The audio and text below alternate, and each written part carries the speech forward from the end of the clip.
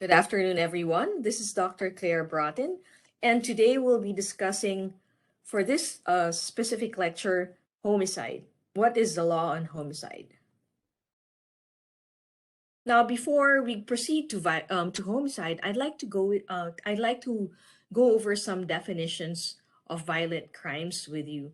First, murder and non-negligent homicide is the willful killing of one human being by another. The Uniform Crime Reports does not include deaths caused by negligence, suicide, or accident, justifiable homicides, or attempts to murder or assaults to murder, which are considered as aggravated assaults. Rape. The penetration, no matter how slight, of the vagina or anus with any body part or object, or oral penetration by a sex organ of another person without the consent of the victim. Attempts to commit rape by force or threat of force are also included. However, statutory force, statutory rape, and other sex offenses are excluded. Third, robbery. Taking or attempting to take anything of value from the care, custody, or control of a person or persons by force or threat of force or violence and/or by putting the victim in fear. And aggravated assault is the unlawful attack by one person upon another for the purpose of inflicting severe bodily injury. Aggravated assault is usually accompanied by the use of a weapon or by means likely to produce death or great bodily harm. Now, what is homicide? Homicide and murder are not the same, although the terms are often used interchangeably. Homicide is a willful killing of one human being by another, and this may be legal or illegal. So there are such things as justifiable or excusable homicides. On the other hand, murder is criminal homicide, and it's the causing the death of another person without legal justification or excuse. Now, homicide can be categorized under 3 degrees. First is first-degree murder, which refers to premeditated murder or involves malice aforethought. So here under this category, you have all classes of murder wherein the offender planned the killing, okay? Second-degree murder is a crime of passion, and the intent and the act of committing the killing occurred almost simultaneously. So how does this happen? For example, the offender is provoked. Let's say the offender chances upon his or her spouse and some other person on the bed, in the marital bed, and kills both. That would be second-degree murder if it was done immediately upon seeing the spouse, in bed with someone else. Now, third-degree murder is negligent homicide, and here there's no intent to kill, and death is the result of unlawful or negligent act. Now, there's another category of murder, and this is felony murder. So what happens here? The offender commits felony murder when someone dies, okay, during the time that he's committing any other type of felony. So, for example, in a bank robbery, let's say the police officer kills an accomplice, then the co-accomplice who survived can be liable for felony murder for the killing of the co-accomplice by the police officer, because felony murder covers any type of killing that occurs when the offender is committing any other felony. Okay. Now let's go to the subculture of violence theory. Certain groups share norms, values, and lifestyles of violence. And the subculture of violence theory is the main perspective used to explain similarities or differences between homicide victims and offenders. So this theory explains that they basically shared similar socio-demographic characteristics, and often they know each other. Now, let's take a closer look at Wolfgang's study of homicide in 1958. Wolfgang found that about 25% of homicides were between family members. Women were far more likely than men to be both offenders and victims within this category. Males were more likely to be killed by friends and strangers than by family. And when males are killed by female, the offender was likely to be his spouse. In fact, very few women are murderers. Now, with respect to the victim-offender relationship in homicide, primary homicides are most frequent types of homicides. They involve friends, family, and acquaintances. It's considered expressive crimes because they often result from interpersonal conflict and hostility. On the other hand, non-primary homicides, there was no prior victim or offender relationship, and they usually occur in the course of another crime. For example, the crime that I mentioned above earlier, in a bank robbery, let's say an accomplice shoots a bank employee, that would be a non-primary homicide, and that would be an instrumental crime because although they involve some degree of premeditation, they are less likely to be victim precipitated. What does victim precipitation mean? It means that the victim initiated, the whole chain of events that led to the killing to their killing. Now, Williams and Fleming disaggregated homicide rates based on two criteria: the nature of circumstances and the victim offender relationship. They explain that factors that explain homicide vary by homicide type. Now, there's such a thing as exposure reduction theory of intimate partner homicide. So the explanation is that decline in domesticity accompanied by improvement in women's economic status and growth of domestic violence resources are correlated with decreases in intimate partner homicide. So what does this mean? In countries or cities or states wherein there is an improvement in a woman's economic status, whether in the family or outside, for example, there's more equality in the marriage, and the woman is able to gain substantial and stable employment, then in those locations, in those areas, there would be a decrease in intimate partner homicide. Now, figure 11-4 shows murder by relationship. And we'll see in the upper part of this figure that often in a relationship, the wife is the victim of a homicide.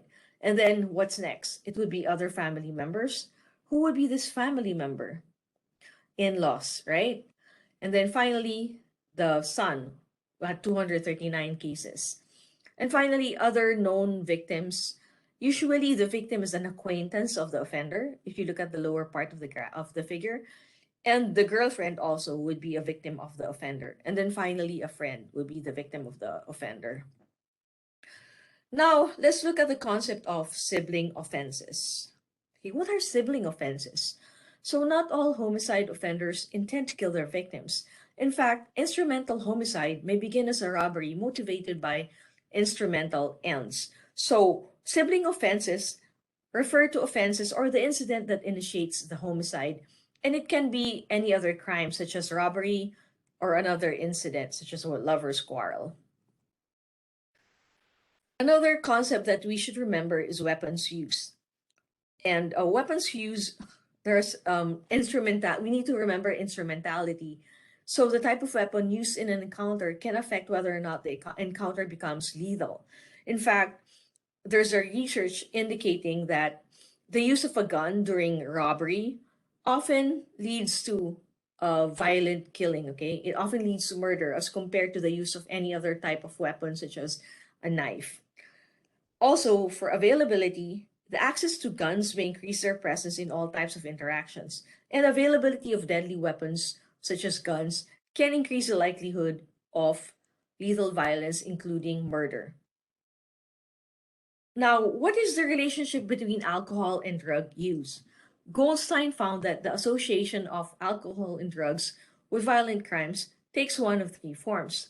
First, psychopharmacological use, wherein the explanation is that if you use drugs, it lowers your inhibitions and it elevates your aggressive tendencies.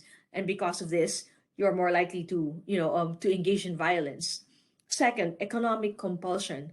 Crimes may be committed to support the drug habit. For example, if you're a drug user and you're addicted to narcotics and you don't have any money, what do? You commit robbery or burglary to get money in order to support your drug habit. And finally, systemic violence. We all know the connection and association between drugs and trafficking. Another concept that we should remember is selective disinhibition. It is a loss of self-control due to social setting and or drugs or alcohol. So this perspective relies on existence of norms that prohibit and prescribe use of violence in particular situations. What is the explanation? Now, if you use alcohol, right, or any form of drugs, it impairs your rationality, it decreases your inhibitions, it makes you, more courageous and probably more aggressive, and it can lead to alcohol-related homicide. Now, let's look at serial killers. Serial murders or serial murderer is a criminal homicide involving the killing of several victims in three or more separate offenses or events. So serial murder involves a longer span of time, and it has to be three or more separate events. Most serial killers are not legally insane or medically psychotic, although many of them are diagnosed as sociopaths. In fact, Fox and Levine states that they are more cruel than crazy, and many are diagnosed as sociopaths, but many sociopaths are not serial killers or involved in violent crime. There's a four-part typology of serial killers. Visionary serial killers hear voices and have visions that are basis for compulsion to murder. Second, comfort serial killers are motivated by financial or material gain. Hedonistic serial killers get pleasure from killing. And finally, power seekers operate from position of authority over others. Fox and Levine created their own typology, which is different from the previous four-part typology in the prior slide, and theirs is a three-part typology. They explain that serial killers can be thrill motivated, which is the most common type. So here, they're sexual sadists or dominance killers. Second, serial killers can be mission oriented, in which case they are reformists and want to rid the world of evil, or they're visionaries and they hear voices telling them to kill. Andrea Yates heard, well, she's not a serial killer, but she heard voices for her to kill all her children in the bathtub in I think Houston, Texas. Experience driven are those who are profit driven, so they kill for financial or material gain, or protection oriented. They kill to mask other crimes. So if they want to eliminate witnesses, they may kill. Now let's go to female serial killers. Female serial killers typically target people known to them, whereas males tend to target strangers. A disciple killer is a type of serial killer found primarily among women, and they murder as a result of the influence of a charismatic personality. An example would be all the disciples of Charles Manson, who killed at his behest. If you've watched the movie all Once Upon a Time in Hollywood, that's a movie about the disciples of Charles Manson.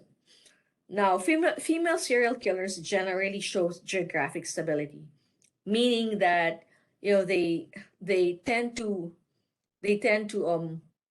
target they tend to target victims relatively in certain geographic locations. On the other hand, male serial killers often commit crimes at some distance from their homes. Keller and Keller's typology of female serialists indicate two categories. First, Black Widow. They generally kill their spouses for economic profit. And the Angel of Death, who kills those in her care. The typical career of female serial killer is longer than that of male counterparts and tend to be more systematic than men. Now, how do law enforcement officers apprehend serial killers? It's very difficult to identify and apprehend serial killers because they operate with cautiousness and skill. So the FBI has the Violent Crime Apprehension Program, and they use crime analysis, to determine organized non-social killers and organized asocial killers. They also use geomapping or geocoding to approximate the killer's probable location based on prior record of killing. Now, let's go to mass murder. Mass murder is the illegal killing of more than 3 people at the same time. It may be large scale or small scale, and it may be politically or personally motivated. Mass murderers tend to surprise their victim and often attack in everyday locations that are considered safe. They also often erupt spontaneously. Now, at this point, you can probably remember some mass murderers that have occurred in recent times. Fox and Levine's four-part typology is based on motive, okay? And they say that mass murderers can be categorized into four, with revenge being the largest category, uh, love, profit, and terror. They also say that most mass murderers are not madmen. I'll let you read this particular slide on your own, okay? But basically, mass murderers are easier to apprehend than serial killers because mass murderers are often they often remain on the crime scene, whereas serial killers often do not leave a trace, or they're not present at the crime scene. With that, thank you so much for listening to this recording on homicide. Please listen to my next recording, part 2, on sexual assault.